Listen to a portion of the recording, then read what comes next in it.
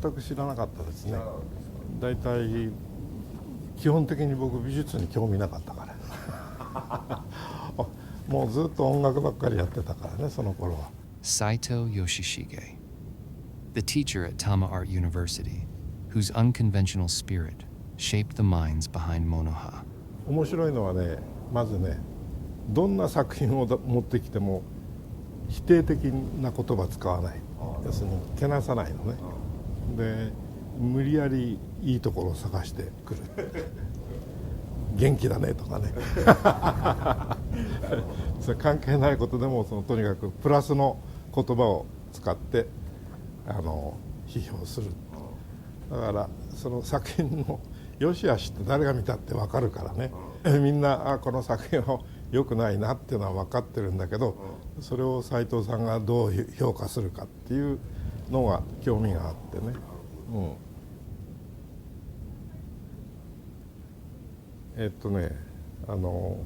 彫刻家って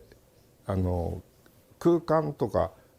量とマスとかっていう言葉が飛び交う、そういうところでね、で空間ってなんだっていうふうに割と観念的に考えるわけよ。他の連中はそんなことしないんだけど、人体作ってるだけなんだけど、僕はどうもその空間って一体どうやって捉えたらいいんだっていうふうなことをね考えて、じゃあ50センチ立方という一つの空間を想定して、でそれをどう表現できるかっていうことで、それ50センチの立方体を枠で囲む。例えば1ミリの枠で線で立方体を囲む。それをその枠を少しずつ広げて大きくしていったら1センチ 1.5 センチ3センチっていうふうに広げていったら、最終的に50センチだから25センチの線で組み立てると塊になってしまうのね。ということを、それを図式的に見せてやろうと思って作ったのがあの作品で、だから非常に彫刻における空間という概念を理屈で追い求めていった時に出来上がった作品でね、いや彫刻はねやってみるとすごく面白いから、彫刻をやっていこうとするんだけど、それをなんていうかな、いわゆるそのアカデミックな人体を作って、そしてその彫刻の授業ってね、最初マスクの模刻から始めて、それから手を作って、それから手を作ったら今度首を作って、首作ったら次は胸像を作って、でトルソを作って、それで全身像を作るっていう、ただそれをずっと繰り返していくだけなんだよね。でこれはやってて全然面白くないの楽しさはあるんだよね。やってる作業としては、ね、そう粘土をつけて形を作っていくその楽しさはあるんだけど、でもそれが一体何になるんだっていうようなね、ことを僕は考えてしまって、それで理屈で空間を探し出していくっていうふうなことをやってたんだよね。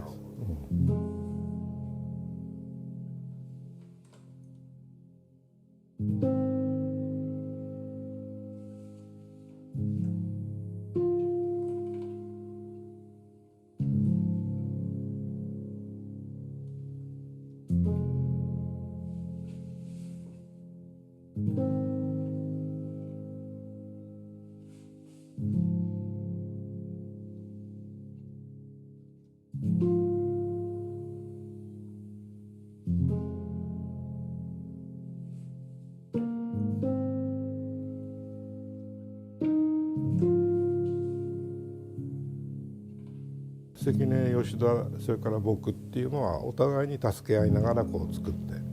順繰りに手助けして、ほとんど毎日関根信夫も吉田勝郎もそこに作業場に来てたんだよね。で僕は大学行くよりそこへ行く方が近いから大学行かないで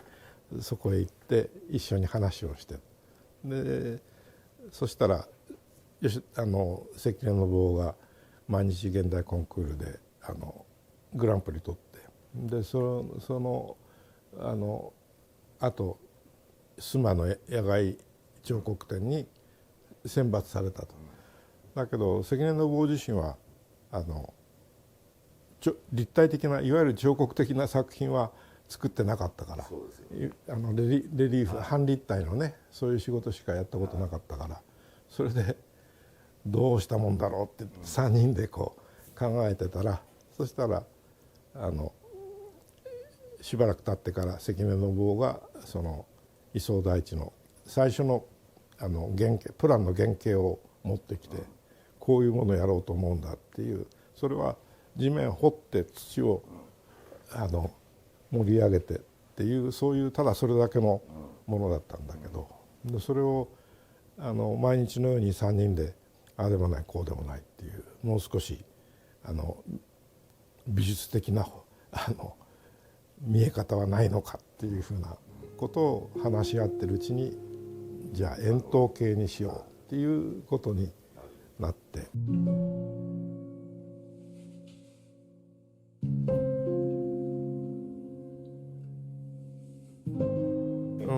背広着て、その日に僕は東京に帰る予定だったからね、一足先に。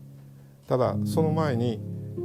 多分これ関根さんに頼まれたんだと思うんだけど、郵便局へ行かなきゃいけなくて、郵便局へ行って帰ってくるまでちょっと待っといてねって言ったんだけど、待ちきれなくて縄を切ってこう開いた状態になってたけど、ね、まだその時はでも全貌までは開いてなかった。そう50センチぐらいこうパッとこう見えたっていう。もうね枠を全部取り払った瞬間っていうのはもうみんななんて言ったらいいんだろう、本当にそれこそ雷にでも打たれたみたいに突然何かが変わったっていう、そういう印象をみんな持ったと思うんだよね。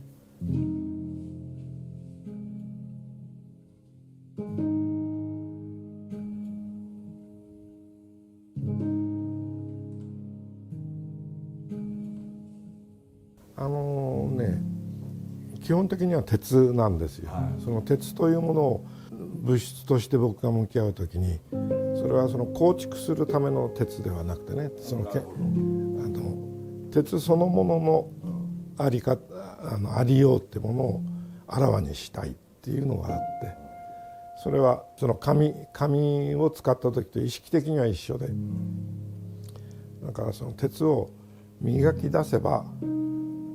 日本人にとって、日本人だけじゃなくて誰にもその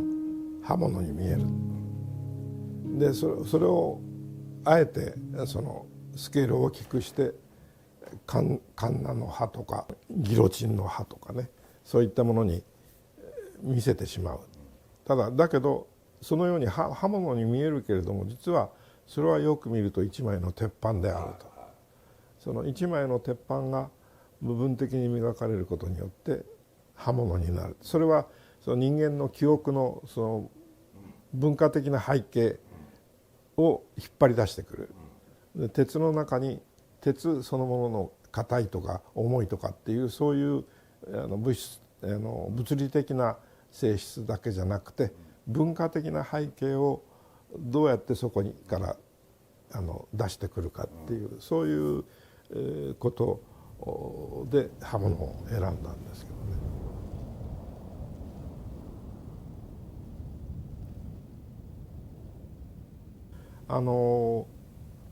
僕たちはこの150年ぐらいはその西洋の美術を基礎から教えられてきてるでしょ。だけどそれがどうも閣下相擁というか、靴の底から足をかくようなね、そういう感覚が拭えないっていうのはずっと僕は感じてたことで、それがまあ磯大地でわっとこう目を開かせてくれたんだけど、つまり美術って150年以前のものも、あるいは800年前のものも全部つながってあるはずで、日本人にとってのそういう流れ、美術的な流れっていうのは必ずあるし、でそれは絵画や仏像やなんかそんなところにあるんではなくて、それこそ茶席をしつらえるその時の感性とかね、それから空間に床の間という空間に軸をかけるとか、あるいは花を生けるとかっていう、そういう空間認識の仕方、それと茶席そのものに入っていく路地を作る、あえて路地を作ると、それでその異世界につながるようにするっていう、そういう感性の働き方、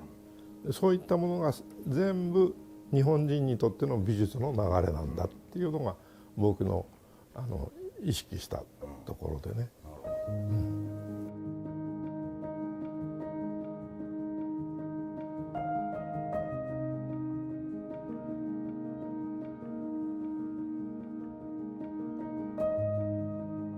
大事な作品で、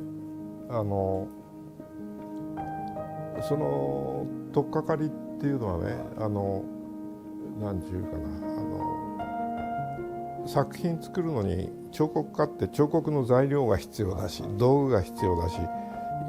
その初期投資が必要なんですよ、いろんな。でその頃は非常勤の給料ぐらいで非常に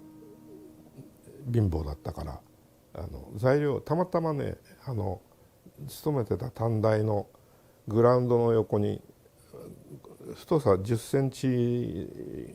前後のポプラの木を切り倒したものがねたくさんあって、それは多分ポプラに虫がついたから切ったんだと思うんだけど、それが捨て置かれてたんで、それを拾ってきて、それでそのポプラの木の枝をこ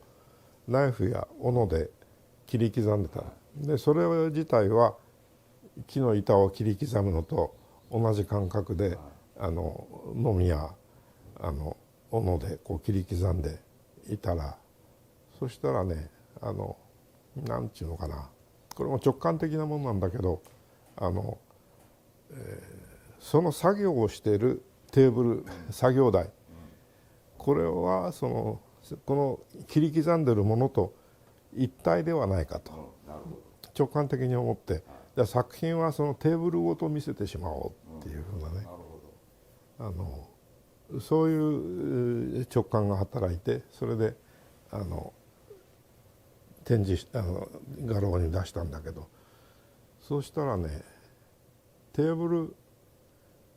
ルがその単なるものを置く台ではなくて、作業をするその全体のこの時間的な流れの中で非常に大事な要素なんだっていうことに気がついて、で作業台に特化して見るようになって、それでその次はその作業する台そのものを切り刻んでしまおうっていうふうに発想がいって、それからどんどんこう広がっていった。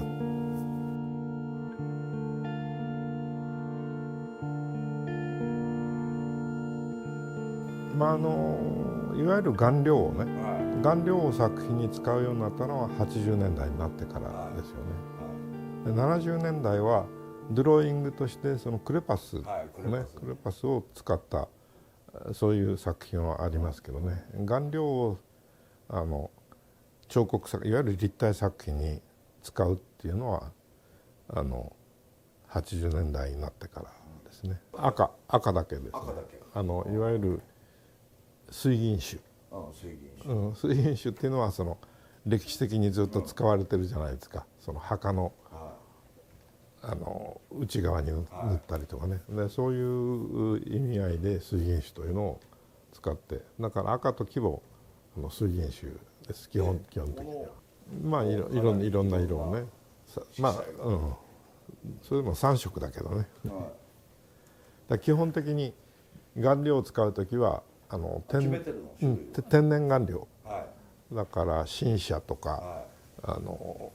群青とか、あるいは緑青とか、要するに科学的に作ったものではなくて、岩を砕いたりなんかして作ったものを使うことにしてるんですけどね。それも日本の多分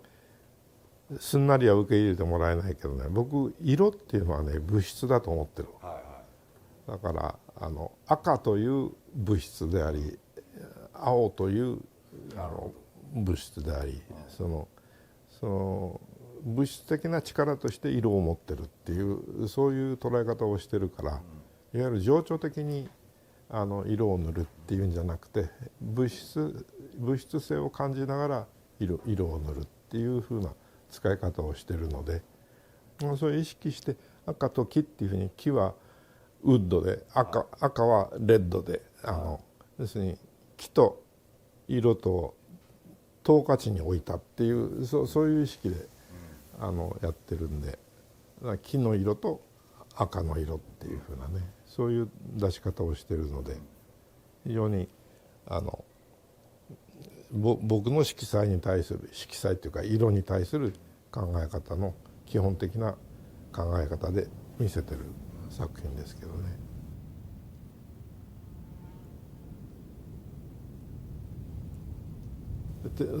つまりテーブルっていうのは作業するだけじゃなくて物を書いたりあるいは食事をしたり人と話をしたりっていうそこに広がる世界っていうのは人間の営みの無限の広がりがそこにははらまれてるっていうふうに感じたもんだから、それでいろんな作品を作るようになった。